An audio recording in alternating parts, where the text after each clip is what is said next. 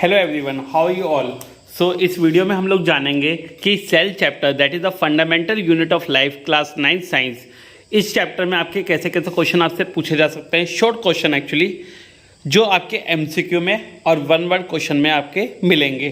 तो हम सारे क्वेश्चंस कवर करेंगे। तो जैसे आप इस वीडियो को देखें, सारे 9th क्लास के बच्चों को शेयर करें ताकि वो इस चैप्टर में अच्छे मार्क्स गेन कर सकें। ओके, चलिए स्टार्ट करते हैं। सबसे पहला क्वेश्चन अराइज होता है कि what is the major difference, what is the main difference between unicellular and multicellular organism. Question number 1 is what is the main difference between unicellular and multicellular organisms।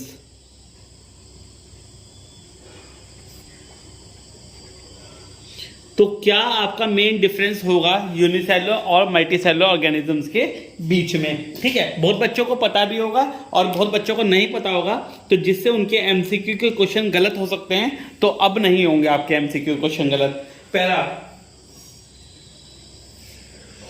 ठीक है, पहला डिफरेंस क्या हो सकता है इसमें यूनिसेलुलर में।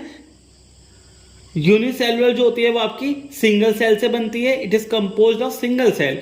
जो यूनिसेलुलर ऑर्गेनिज्म होता है वो सिंगल सेल से कंपोज होता है, यानी सिंगल सेल से बनता है। और जो मल्टीसेलुलर ऑर्गेनिज्म होता है,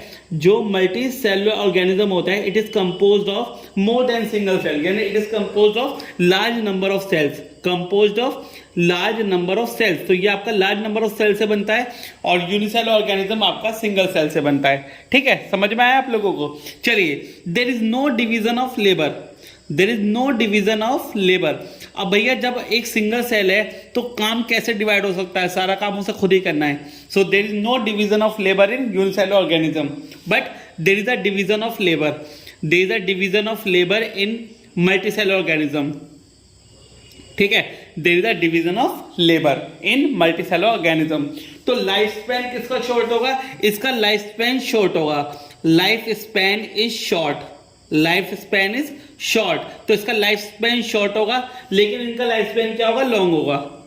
life span of the cell is long. क्यों लॉन्ग होगा लाइफ स्पैन सेल का? लॉन्ग इसलिए होगा बच्चों लाइफ स्पैन सेल का, क्योंकि आपको पता है कि इंडिविजुअल सेल वर्क करेगी इसमें, किसमें, यूनिसेलुलर में। तो सेल क्या होगी, सारा वर्क करेगी, थक जाएगी, तो लाइफ स्पैन शॉर्ट होगा।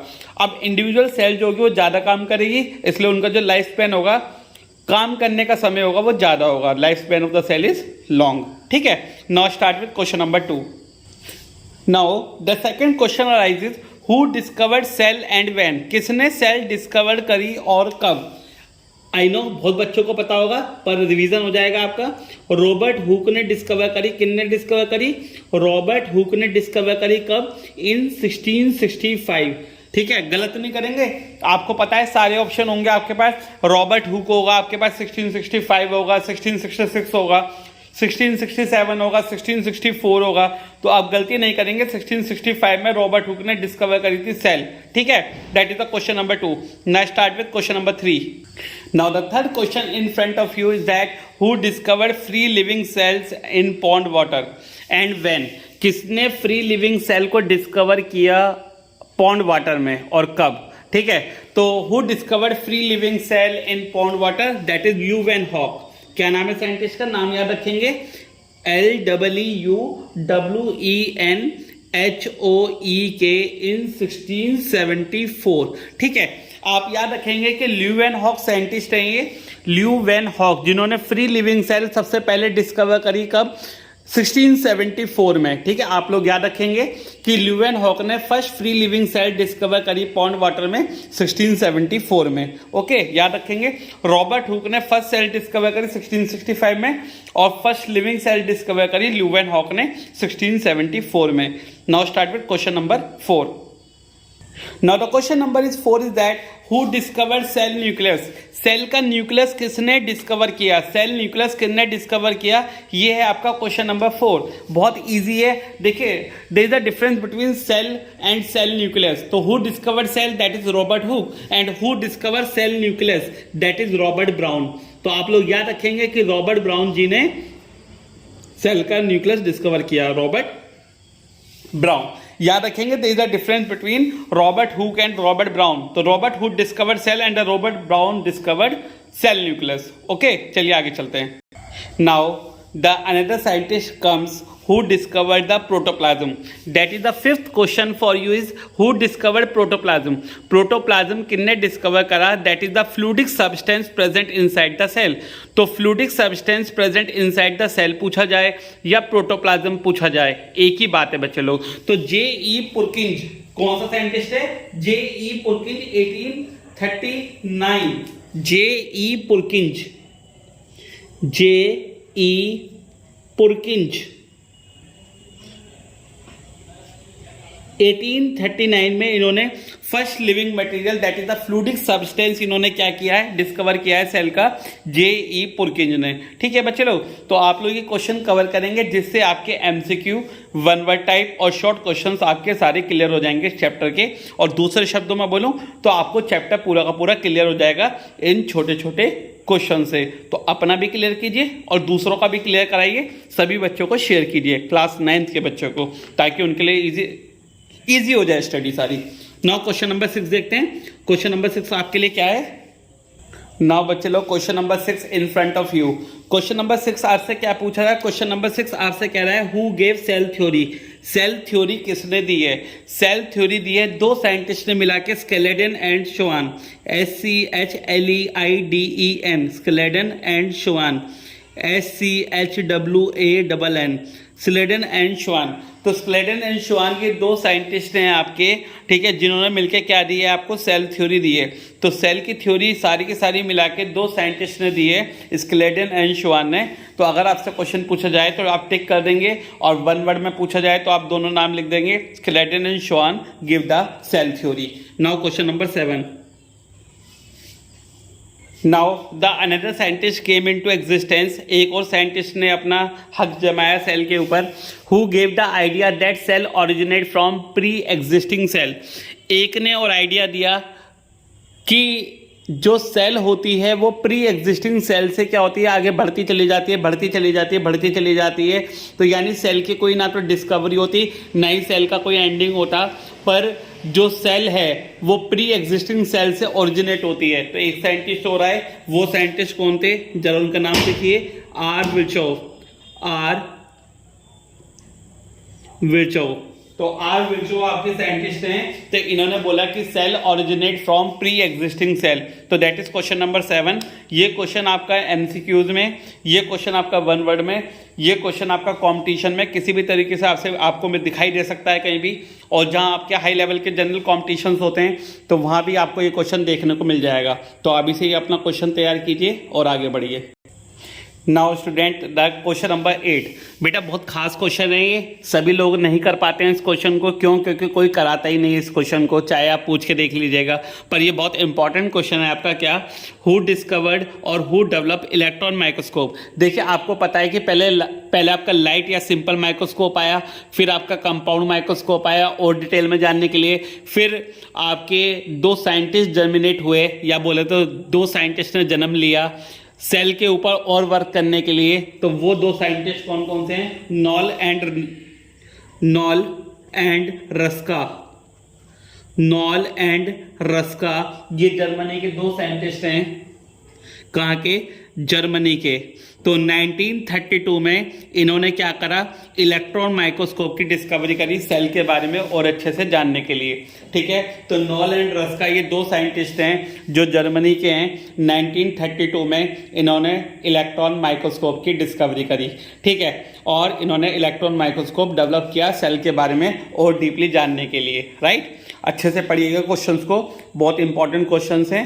राइट, अगर आपको इसका PDF चाहिए या आपको इसकी सॉफ्ट कॉपी चाहिए, ठीक है, तो वो आप हमारे टेलीग्राम चैनल से ले सकते हैं और आप हमें कांटेक्ट कर सकते हैं, तो हम आपको डायरेक्टली भी सेंड कर देंगे। राइट, मकसद एक है, सिर्फ आपको आना चाहिए। क्वेश्चन नंबर 9 देखिए।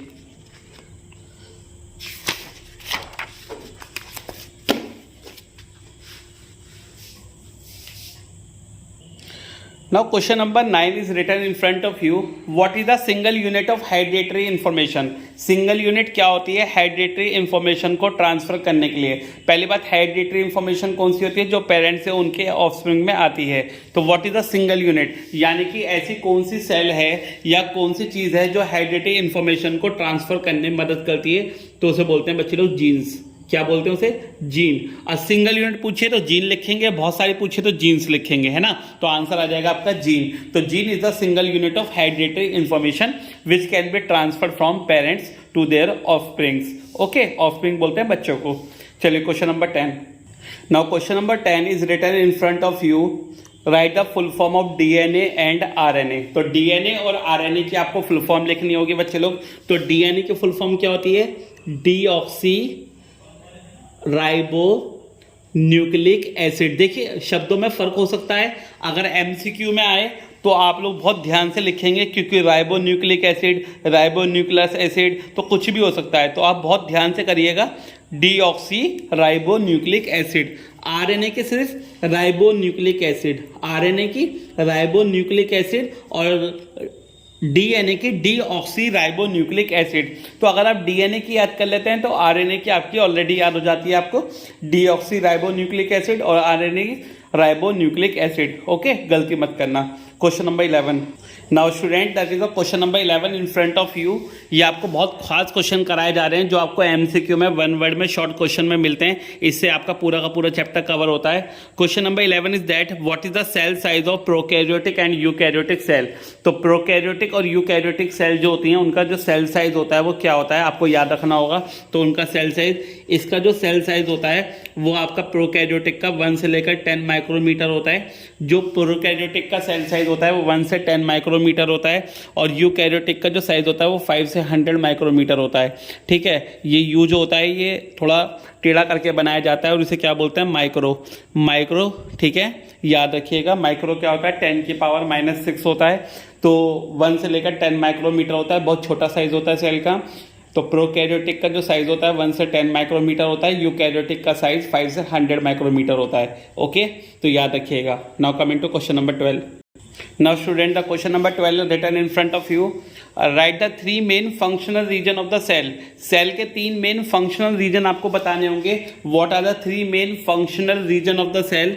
These are, number 1 the plasma membrane and the cell membrane, the plasma membrane and the cell membrane, the plasma membrane, और इसे क्या बोल सकते हैं, सेल मेम्ब्रेन भी बोल सकते हैं। आउटर मेम्ब्रेन होती है, ये सेल को प्रोटेक्ट करती है। The plasma membrane, the nucleus,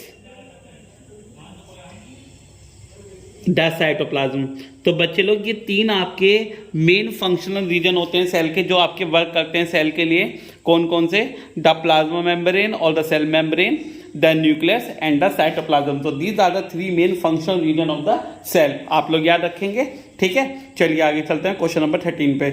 now the question number 13 is which membrane is selectively permeable. बच्चे लोग, ये क्वेश्चन बहुत खास है, बहुत इंपॉर्टेंट है। Which membrane is selectively permeable, which membrane is selectively permeable. ठीक है, which membrane is selectively permeable, that is called plasma membrane. तो plasma membrane is called selectively permeable. ठीक है, यहां से 2-3 क्वेश्चन आपके निकल के आएंगे, मैं तीनों क्वेश्चन आपको यही बताने वाला हूं। विच मेम्ब्रेन इज सेलेक्टिवली परमेबल, तो पहला क्वेश्चन है which membrane is selectively permeable, तो आपने बोल दिया प्लाज्मा मेम्ब्रेन। क्यों? क्योंकि ये उन्हीं मटेरियल्स को, उन्हीं चीज़ों को अंदर जाने देता है जिन्हें सेल को रिक्वायर्ड होता है। यानी कि जो चीज़ें सेल को रिक्वायर्ड हैं, जो चीज़ें सेल को चाहिए, उन्हीं चीज़ों की एंट्री अंदर देता है और बाहर चीज़ें उन्हीं को निकालता है जिन्हें सेल से बाहर जाना होता है। तो that is called selectively permeable. दूसरा क्वेश्चन अराइज होता है कि इसका साइज कितना होता है। इसका साइज होता है बच्चे लोग 7 नैनोमीटर। कितना साइज होता है? 7 नैनोमीटर और 70 एंगस्ट्रॉम। ठीक है, एंगस्ट्रॉम भी एक यूनिट होती है, तो आप लोग याद रखिएगा।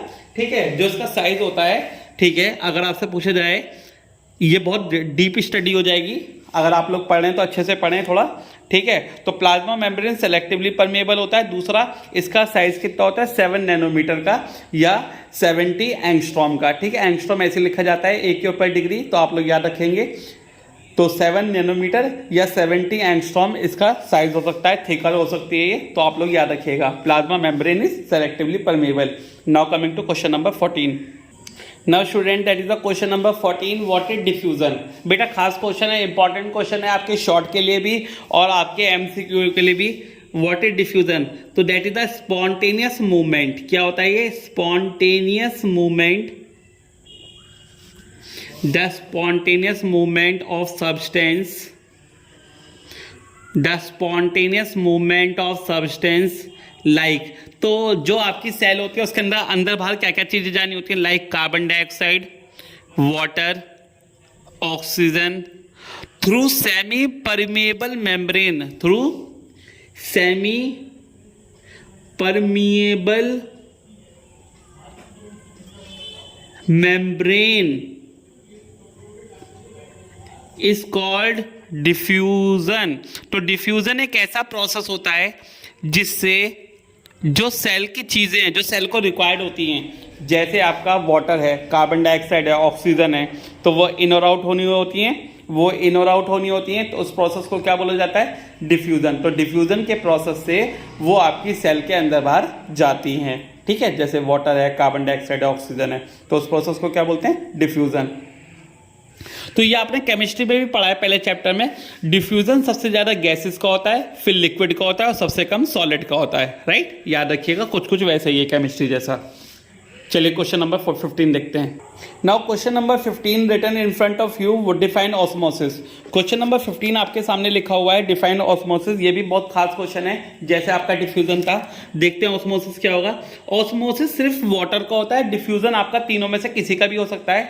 ऑस्मोसिस क्या होता है? The spontaneous movement of water, the spontaneous movement of water, the spontaneous movement of water, the spontaneous movement of water from high concentration, high water concentration, high concentration of water, from high concentration of water to low concentration, to, दिखाई दे रहा था ये बच्चों को, नीचे कर लेते हैं थोड़ा, to low concentration through plasma membrane. ठीक है, सही बच्चों को समझ में आया? होता क्या है कि या तो सेल को कभी पानी चाहिए या सेल का भी कभी पानी एक्स्ट्रा हो जाएगा।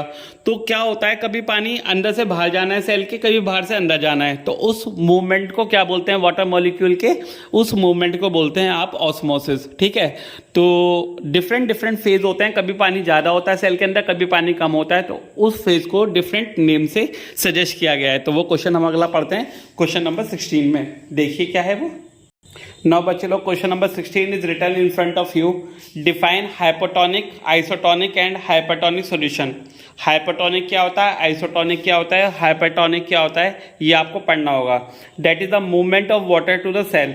इसका क्या मतलब है कि जब सेल के अंदर पानी कम होता है तो और सराउंडिंग के अंदर पानी ज़्यादा होता है, तो सेल क्या करेगी? डिफ्यूजन और ऑस्मोसिस, ठीक है। डिफ्यूजन के प्रोसेस से क्या करेगी? सेल अपने अंदर पानी खींच लेगी प्लाज्मा मेम्ब्रेन के थ्रू, तो उस प्रोसेस को क्या बोलते हैं? हाइपोटोनिक। तो इसमें इसका मतलब क्या है कि सराउंडिंग में सेल के पानी ज़्यादा है और सेल के अंदर कम है, तो सेल के अंदर पानी का मूवमेंट हो जाएगा, that is called hypotonic solution.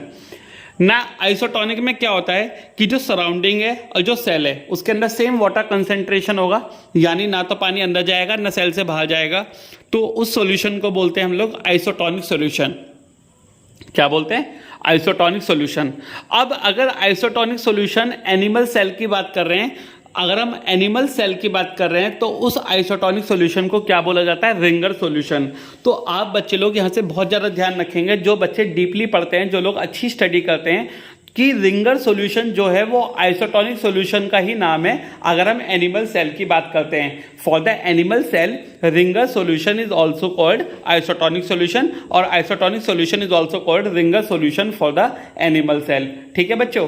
Now hypertonic solution. Hypertonic solution कौन सा होता है कि जो सेल है वो पानी को लूज कर देगी, यानी कि जो सेल के अंदर पानी है वो ज़्यादा है, जो सेल के अंदर पानी है वो ज़्यादा है, सेल के सराउंडिंग में पानी कम है, तो सेल क्या करेगी, पानी को लूज कर देगी ऑस्मोसिस के प्रोसेस से।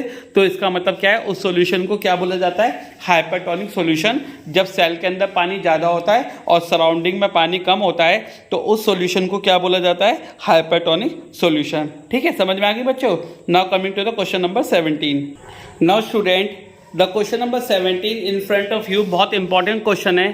प्लाज्मोलाइसिस क्या होता है, क्रीनेटेड क्या होता है, आपको ब्रीफली एक्सप्लेन करना होगा। What is plasmolysis and what is crenated. ठीक है, बहुत इजी क्वेश्चन है, बहुत इंपॉर्टेंट क्वेश्चन भी है, आप लोगों को समझना होगा। प्लाज्मोलाइसिस क्या होता है, क्रीनेटेड क्या होता है, जरा समझिएगा। प्लाज्मोलाइसिस क्या होता है, प्लाज्मोलाइसिस का मतलब है अगर सेल वाटर को लूज कर देती है, if cell lose water then it shrink. इसका क्या मतलब है, अगर सेल पानी को लूज करती है, अगर सेल पानी को लूज करती है तो वो श्रिंक हो जाती है, यानी सुकड़ जाती है। क्या हो जाती है, सुकड़ जाती है। क्या हो जाती है, सुकड़ जाती है।